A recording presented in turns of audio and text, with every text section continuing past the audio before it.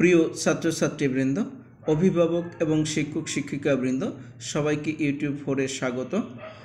এই ভিডিওটি আমি উৎসর্গ করছি সেই শিক্ষককে যিনি আমার বঙ্গভূমির প্রতি ভিডিওটি দেখে আমার চ্যানেলটি সাবস্ক্রাইব করেছিলেন। আজ আমি আলোচনা করব মাইকেল মধুসূদন দত্তের মেঘনাদ বধ কাব্যের প্রথম সর্গের অভিষেক। মধুসূদন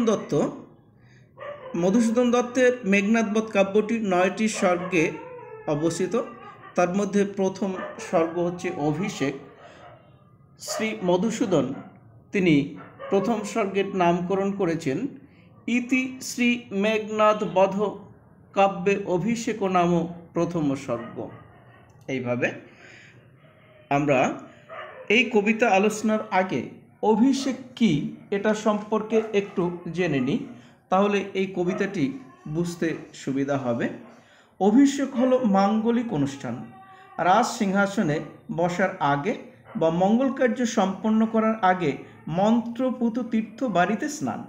আমাদের আলোচ্য কবিতায় রামচন্দ্র রাবণ পুত্র মেঘনাদ বা ইন্দ্রজিতের ছোট ভাই বীরবাহুকে হত্যা করেছেন।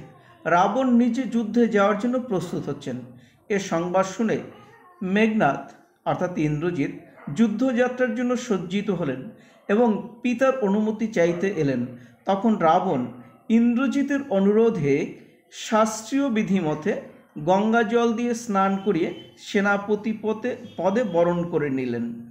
এই সেনাপতি পদে বরণ করে নেওয়া হলো অভিষেক। এবার আমরা কবিতার আলোচনায় যাই। কনক আসন তেজি বীরেন্দ্র কেশরী ইন্দ্রজিৎ প্রণমিয়া ধাত্রীর চরণে। কনক মানে সোনা, স্বর্ণ নির্মিত আসন, তেজি মানে ত্যাগ করে। বীরেন্দ্র কেশরী, বীরেন্দ্র হলো বীরদের মধ্যে শ্রেষ্ঠ বা বীরশ্রেষ্ঠ। বীরেন্দ্র কেশরী হলেন ইন্দ্রজিৎ বা মেঘনাদ। ইন্দ্রকে জয় করেছেন যিনি, তিনি ইন্দ্রজিৎ। কেশরী অর্থ সিংহ। ইন্দ্রজিৎকে সিংহের সঙ্গে তুলনা করা হয়েছে। ধাত্রীর চরণে, ধাত্রীমাতা অর্থাৎ ধাই মা, ছোটবেলায় ইন্দ্রজিৎকে লালন পালনকারী মা। এই ধাত্রী মাতা হলেন প্রভাসা দেবী। কি হেতু মাত গতি তব আজি ভবনে কহ দাসে লঙ্কার কুশল। হেতু মানে কারণ। মা, তুমি আজকে এখানে কেন এসেছো, লঙ্কার কুশল কি তা বলো। শিরোচুম্বী ছদ্মবেশী অম্বুরাশি সুতা। শিরো মানে হচ্ছে মাথা, এখানে শিরোচুম্বী মানে কপালে চুম্বন করে, ছদ্মবেশী ছদ্মবেশধারী, অম্বুরাশি সুতা। অম্বুরাশি হচ্ছে সমুদ্র, সুতা মানে কন্যা। অম্বুরাশি সুতা হচ্ছে সমুদ্রের কন্যা লক্ষ্মী দেবী।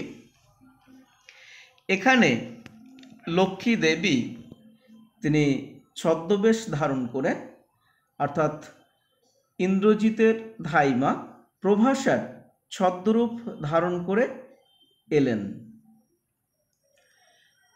কেন প্রভাসার ছদ্মরূপ ধারণ করে এলেন?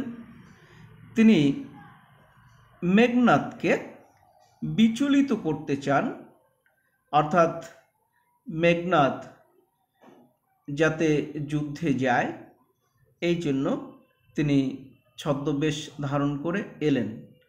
উত্তরিলা হায় পুত্র কি আর কহিব কনক লঙ্কার দশা। যে প্রভাসার ছদ্মবেশধারী লক্ষ্মী দেবী তিনি বললেন যে পুত্র, লঙ্কার দশা কি আর বলবো। ঘোরতর রণে হত প্রিয় ভাই তব বীরবাহু বলি। যে তোমার ছোট ভাই বীরবাহু সে ঘোরতর যুদ্ধে নিহত হয়েছে। তার শোকে মহাশোকী রাক্ষসাধিপতি সশন্যে সাজেন আজি জুচিতে আপনি। সেই বীরবাহুর শোকে রাক্ষসাধিপতি রাবণ তিনি সশন্যে সেজেছেন, তিনি যুদ্ধে যাবেন এই জন্য। You are requested to subscribe my channel and press the bell icon with all notifications. জিজ্ঞাসিলা মহাবাহু বিস্ময় মানিয়া, কি কহিলা ভগবতী? কে বুঝিল কবে প্রিয়ানুজে। মহাবাহু, মহাবাহু যার, অর্থাৎ এখানে ইন্দ্রজিৎ, তিনি বিস্মিত হয়ে জিজ্ঞাসা করলেন ভগবতী বা মাতো, যে কে প্রিয় অনুজকে, আমার প্রিয় ছোট ভাই বীরবাহুকে হত্যা করেছে। নিশা রণে সংহারিনু আমি রঘুবরে, খণ্ড খণ্ড করিয়া কাটিনু বরশি প্রচণ্ড স্বর বৈরী দলে। যে আমি রাতের যুদ্ধে রামচন্দ্রকে হত্যা করেছি, খণ্ড খণ্ড করে কেটেছি, প্রচণ্ড স্বর তীর বর্ষণ করেছি শত্রুপক্ষে। তবে এ অদ্ভুত বারতা জননী কোথায় পাইলে তুমি, শীঘ্র কহ দাসে। তুমি এই অদ্ভুত সংবাদ কোথায় পেলে মা? শীঘ্র তোমার দাসসম পুত্রকে বলো। রত্নাকর রত্নোত্তমা ইন্দিরা সুন্দরী উত্তরিলা, হায় পুত্র মায়াবী মানব সীতাপতি তপস্বরে মরিয়া বাঁচিল। রত্নাকর শব্দের অর্থ হচ্ছে রত্নের আকর, সমুদ্র। রত্নোত্তমা, রত্নদের মধ্যে উত্তম, স্ত্রীলিঙ্গে রত্নোত্তমা। ইন্দিরা সুন্দরী, ইন্দিরা সুন্দরী হলেন দেবী লক্ষ্মী। যে দেবতা এবং অসুরদের মধ্যে সমুদ্র মন্থনের সময় দেবী লক্ষ্মী সমুদ্র থেকে উঠে এসেছিলেন, তাই রত্নাকর। উত্তরিলা, হায় পুত্র মায়াবী মানব সীতাপতি তপস্বরে মরিয়া বাঁচিল। বললেন যে সীতাপতি অর্থাৎ সীতার স্বামী রামচন্দ্র, সে মায়াবী মানব, তোমার স্বরে সে মরেও আবার বেঁচে উঠেছে। যাও তুমি তরা করি রক্ষ রক্ষ কুলমান, এ কাল সমরে রক্ষ চূড়ামণি। রক্ষ হচ্ছে রক্ষা করা, রক্ষকুল হচ্ছে রাক্ষসকুল। যে তুমি তাড়াতাড়ি যাও, রাক্ষসকুলের মান মর্যাদা রক্ষা করো। এ কাল সমরে, কাল যুদ্ধে তুমি রক্ষ চূড়ামণি, তুমি লঙ্কাকে, রাক্ষসকুলকে রক্ষা করো। শ্রীলা কুসুম নাম রোষে মহাবলী, মেঘনাদ ফেলাইলা কনক বলয় দূরে, পদতলে পরি শোভিল কুণ্ডল। কুসুমদাম শব্দের অর্থ হচ্ছে ফুলের মালা। মেঘনাদ রুষ্ট হয়ে ফুলের মালা ছিঁড়ে ফেললেন। কনক বলয় হচ্ছে সোনার তৈরি বলয়, সোনার তৈরি হাতে পরার রিং দূরে ফেলে দিল। এবং কুণ্ডল শব্দের অর্থ হচ্ছে কানের অলঙ্কার। পায়ের তলায় স্বর্ণ অলঙ্কার, সেটা পরে শোভা বাড়াচ্ছে। কীরকম শোভা, তুলনাটা কীরকম দেখুন। যথা অশোকের ফুল অশোকের তলে আভাময়। যে অশোক গাছের ফুল সুন্দর লাল রঙের ফুল, সেই ফুল গাছের তলায় পড়ে যেরকম আভা হচ্ছে, সুন্দর দেখাচ্ছে, তেমনি মেঘনাদের কুণ্ডল পরে পায়ের তলায় সুন্দর দেখাচ্ছে। ধিক মোরে কহিলা গম্ভীরে কুমার, হা ধিক মোরে বৈরীদল বেড়ে স্বর্ণলঙ্কা। নিজেকে ধিক্কার জানালেন এবং গম্ভীর স্বরে বললেন যে আমি ধিক্কৃত, আজ শত্রুদল স্বর্ণলঙ্কাকে ঘিরে ধরেছে, আর এমন সময়ে আমি এই প্রমোদ কাননে নারীদের মাঝে বিলাস ব্যসনে মত্ত, এই কি সাজে আমারে দশানন আত্মজ আমি ইন্দ্রজিৎ। যে এটা আমার সাজে না, আমি দশাননের পুত্র ইন্দ্রজিৎ। আনরথ তরা করি ঘুচাইব এ অপবাদ বধি রিপুকুলে। তাড়াতাড়ি রথ আনো, আমি এ অপবাদ ঘুচাবো, রিপুকুলকে বধ করব। সাজিলা রথীন্দ্রর সব বীর আভরণে, হৈমবতী যথা নাসিতে তারকে মহাসুর।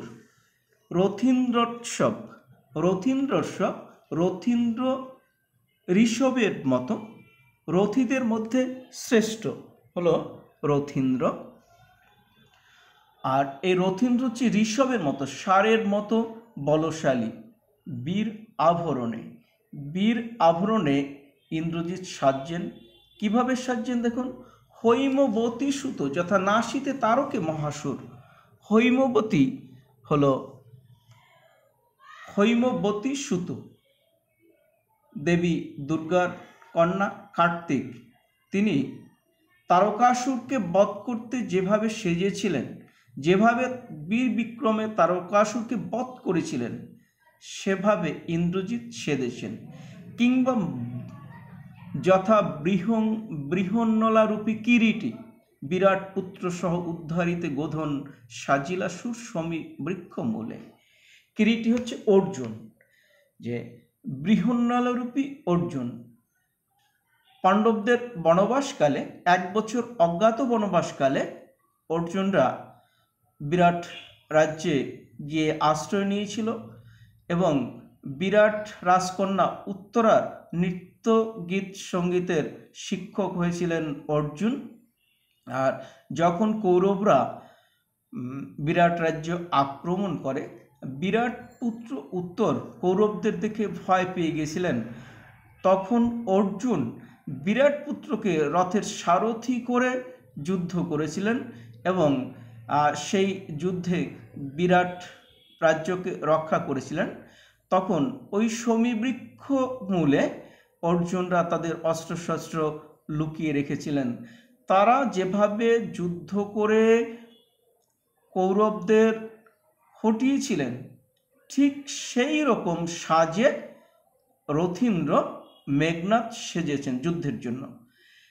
মেঘবর্ণ রথ, চক্র বিজুলির ছটা, ধ্বজা ইন্দ্রচাপ রূপে, তুরঙ্গম বেগে আশুগতি, রথে চড়ে বীর চূড়ামণি বীর দর্পে।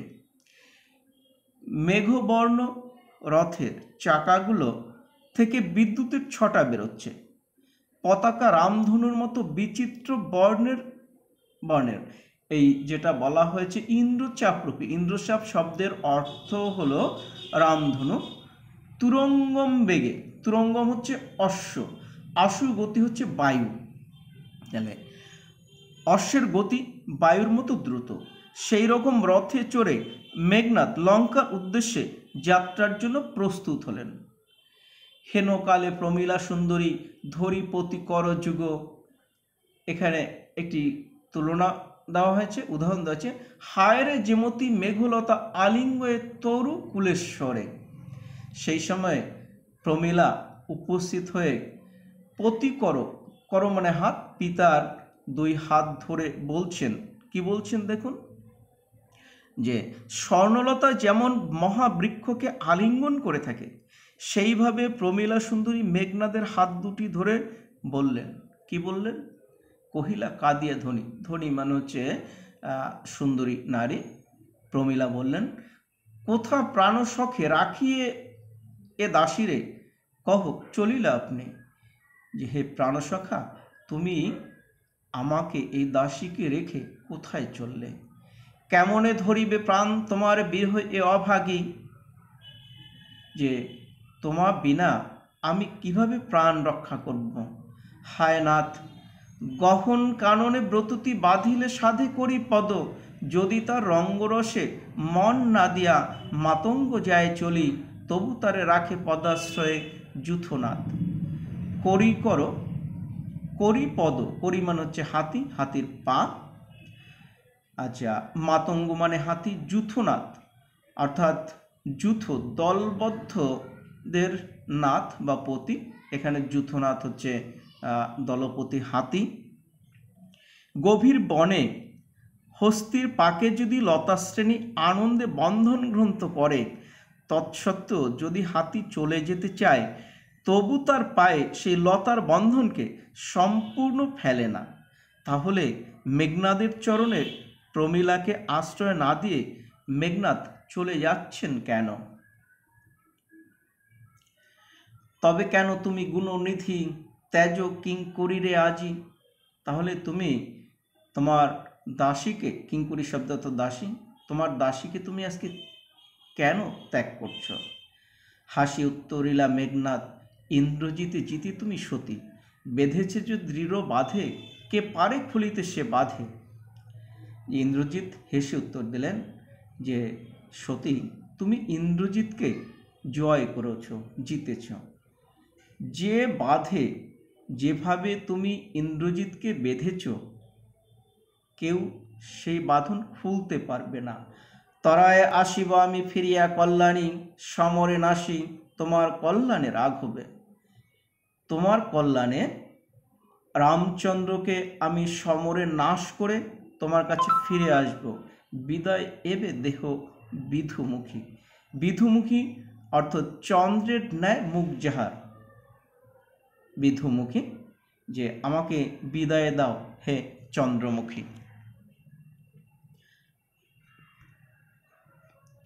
উঠিল পবন পথে ঘোরতর রবে, রথবর হৈম পাখা বিস্তারিয়া যেন উড়িলা মৈনাক শৈল অম্বর উজুলি। রথবর অর্থাৎ শ্রেষ্ঠ রথ, উঠিল পবন পথে ঘোরতর রবে, ভীষণ রবে বায়ুপথে রথ চলছে। এখানে একটি তুলনা দিয়েছে কিভাবে ইন্দ্রজিৎ রথে চড়ে যাচ্ছেন। হৈম পাখা বিস্তারিয়া যেন উড়িলা মৈনাকশূল অম্বর উজুলি। হৈম পাখা হচ্ছে স্বর্ণ পাখা, সোনার পাখা। মৈনাকশৈল, যে মৈনাক পর্বত, এদের পাখা ছিল, এরা যে কোনো সময় উড়ে যেতে পারত। সেই মৈনাকশৈল যখন উড়ে যাচ্ছে, সে আকাশকে উজ্জ্বল করে যাচ্ছে। ঠিক ইন্দ্রজিতের রথ তেমনি উজ্জ্বল বর্ণে এবং ভীষণ শব্দে যাচ্ছে। পর্বতরাজ হিমালয়ের পুত্র মৈনাক দেবতাদের আশীর্বাদে ডানা মেলে আকাশে উঠতে পারতেন। মৈনাকশৈল সমস্ত আকাশকে উজ্জ্বল করে যেমন উড়ে যায়, তেমনি ইন্দ্রজিৎ পবন পথে ঘোরতর শব্দ করে শ্রেষ্ঠ রথ নিয়ে লঙ্কার উদ্দেশ্যে যাত্রা করছেন। সিঞ্জিনী আকর শিরোষে টঙ্কারিলা ধনু বীরেন্দ্র, পক্ষীন্দ্র যথা আদে মেঘ মাঝি ভৈরবে। সিঞ্জিনী শব্দের অর্থ হচ্ছে ধনুকের ছিলা, টঙ্কারিলা শব্দ হচ্ছে ধনুকের ছিলার শব্দ। বীরেন্দ্র, বীরদের ইন্দ্র, বীরেন্দ্র অর্থাৎ ইন্দ্রজিৎ। ইন্দ্রজিৎ ক্রোধান্বিত হয়ে সজোরে ধনুকের ছিলায় টান দিলেন এবং তার সেই বলিষ্ঠ হাতের স্পর্শে ধনুকের যে টঙ্কার বেজে ওঠে তা কীরকম সেটাই তুলনা দিয়েছেন।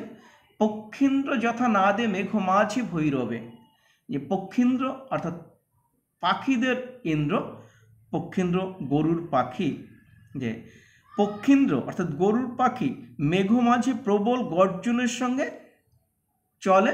এবং এখানে এই ইন্দ্রজিতের রোষে যে সিঞ্জিনী আকর্ষণ করে যে শব্দ তৈরি করলেন, সেই গরুর পাখি আকাশে ওড়ার শব্দের সমতুল। এবং কাঁপিল লঙ্কা, কাঁপিল জলধি, এতে লঙ্কা কেঁপে উঠল, জলধি কেঁপে উঠল। সাজিছে রাবণ রাজা বীর মদ মাতি, বাজিছে রণবাজনা গরজিছে গজ, রেশে অশ্ব হুঙ্কার ইচ্ছে পদাতিক রথি। যে রাবণ রাজা বীর মদে মত্ত হয়ে তিনি সেজেছেন, তিনি যুদ্ধে যাবেন, যুদ্ধ বাজনা বেজে উঠছে, হাতি গর্জন করছে, অশ্ব রেশাধ্বনি তুলছে, পদাতিক সৈনিক যারা তারা হুঙ্কার দিচ্ছে। উড়িছে কৌশিক ধ্বজ উঠিছে আকাশে, কাঞ্চন কুঞ্চক বিভা। কৌশিক শব্দের অর্থ হচ্ছে রেশম, রেশম সুতোর ধ্বজা উঠছে, আকাশ উঠছে। কাঞ্চন শব্দের অর্থ হচ্ছে সোনা, কঞ্চুক শব্দের অর্থ হচ্ছে আপনার যে ঢাল, ঢাল বলা হয়, যে সোনার তৈরি ঢাল, তার থেকে স্বর্ণের আভা বিচ্ছুরিত হচ্ছে। হেনকালে তথা দ্রুত গতি উত্তরিলা মেঘনাদ রথি। রাবণ রাজা যখন এরকম যুদ্ধের জন্য প্রস্তুত হচ্ছেন, ঠিক তখনই মেঘনাদ তিনি সেখানে হাজির হলেন। নাদিরা কর্বুর দল হেরি বীর পরে মহাগর্বে, যে কর্বুর দল শব্দের অর্থ হচ্ছে রাক্ষস সেনা। এই রাক্ষস সেনারা বীরবরকে দেখে ইন্দ্রজিৎকে দেখে তারা গর্বে গর্জন করে উঠল। নমিপুত্র পিতার চরণে করজোরে কহিলা, হে রক্ষকুলপতি। যে পিতাকে করজোরে প্রণাম করে ইন্দ্রজিৎ বলল, হে রক্ষকুলপতি, হে রাক্ষস কুলপতি পিত, শুনেছি মরিয়া নাকি বাঁচিয়া আছে পুনরাঘবে। শুনেছি যে রাঘব রামচন্দ্র নাকি আবার বেঁচে আছে, আমি তো তাকে হত্যা করেছি। এ মায়া পিত বুঝিতে না পারি, এ মায়া আমি বুঝতে পারছি না, কিন্তু অনুমতি দেহ সমূলে নির্মল করিব পামরে আজি। পামরের শব্দের অর্থ হচ্ছে হীন নিচ নর। যে আমাকে অনুমতি দিন, আমি সেই নিচ মানব রামচন্দ্রকে সমূলে নির্মূল করে আসব। ঘোর সরানলে করি ভস্য, বায়ু অস্ত্রী উড়াইব তারে, নতুবা বাঁধিয়া আনিয়া দিব রাজপদে। সরানল স্বর রূপ অনল, অর্থাৎ এই স্বরের আগুনে আমি তাকে ভস্ম করব, নয়তো বায়ু অস্ত্রে উড়িয়ে দিব, নয়তো তাকে বেঁধে এনে আপনার পদে রাখব। আলিঙ্গি কুমারে চুম্বি শির মৃদুস্বরে উত্তর করিলা, তবে স্বর্ণলঙ্কাপতি। যে স্বর্ণলঙ্কাপতি রাবণ, তিনি পুত্রকে আলিঙ্গন করে তার কপালে চুম্বন করে মৃদুস্বরে বললেন, রাক্ষসকুলো শেখর তুমি বৎস, তুমি রাক্ষসকুলো ভরসা। যে তুমি রাক্ষসকুলের শেখর, তুমি রাক্ষসকুলের ভরসা। এ কাল সমরে নাহি চাহে প্রাণ মম পাঠাইতে তোমা বারম্বার। যে এই কাল যুদ্ধে তোমাকে বারবার পাঠাতে আমার মন চায় না, আমার প্রাণ চায় না। হায় বিধি বাম মম প্রতি, যে দৈব আমার প্রতি বিরূপ, বিধাতা আমার প্রতি বিমুখ। কে কবে শুনেছে পুত্র ভাসে শিলা জলে, কে কবে শুনেছে লোক মরি পুনঃ বাঁচে। যে শিলা জলে ভাসে, এ কেউ শুনেছে কি? শুনেনি।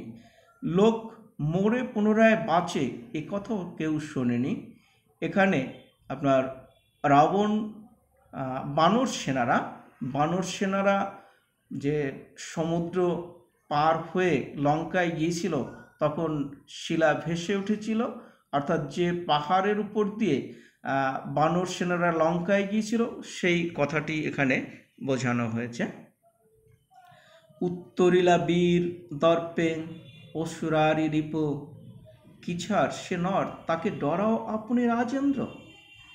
বীর দর্পে উত্তর করল অসুরারি রিপ।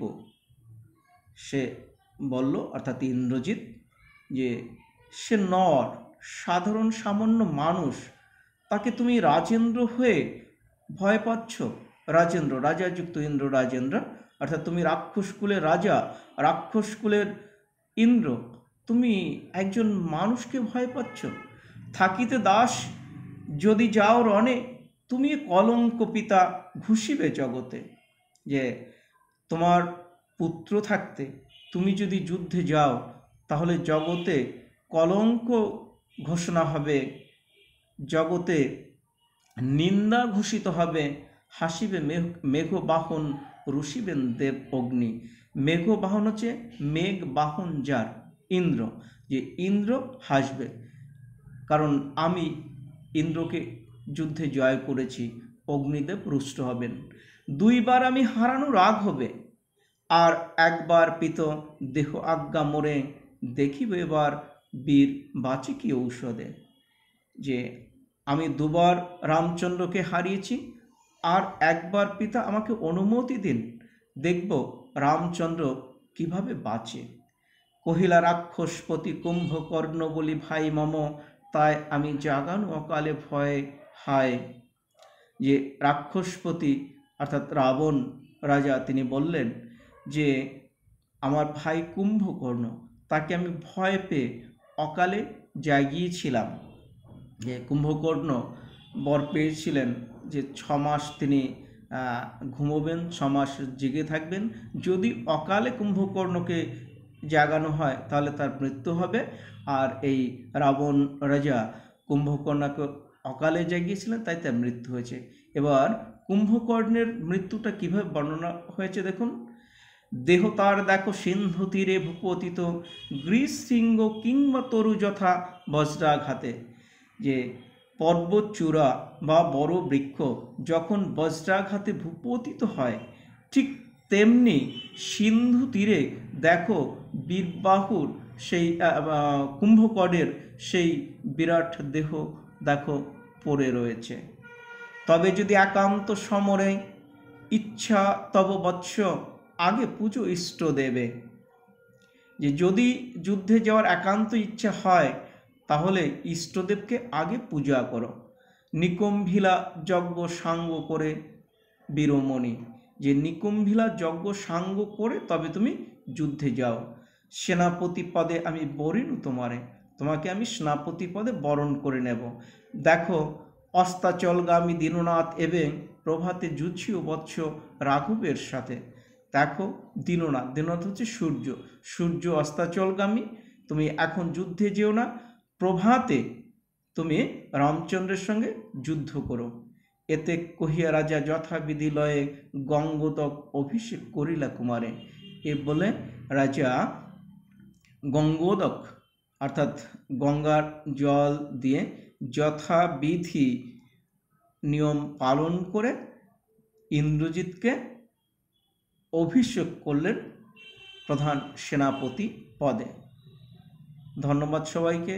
আপনাদের এই ভিডিওটি যদি ভালো লেগে থাকে তাহলে একটি লাইক দেবেন, অবশ্যই বন্ধুদের মধ্যে শেয়ার করবেন।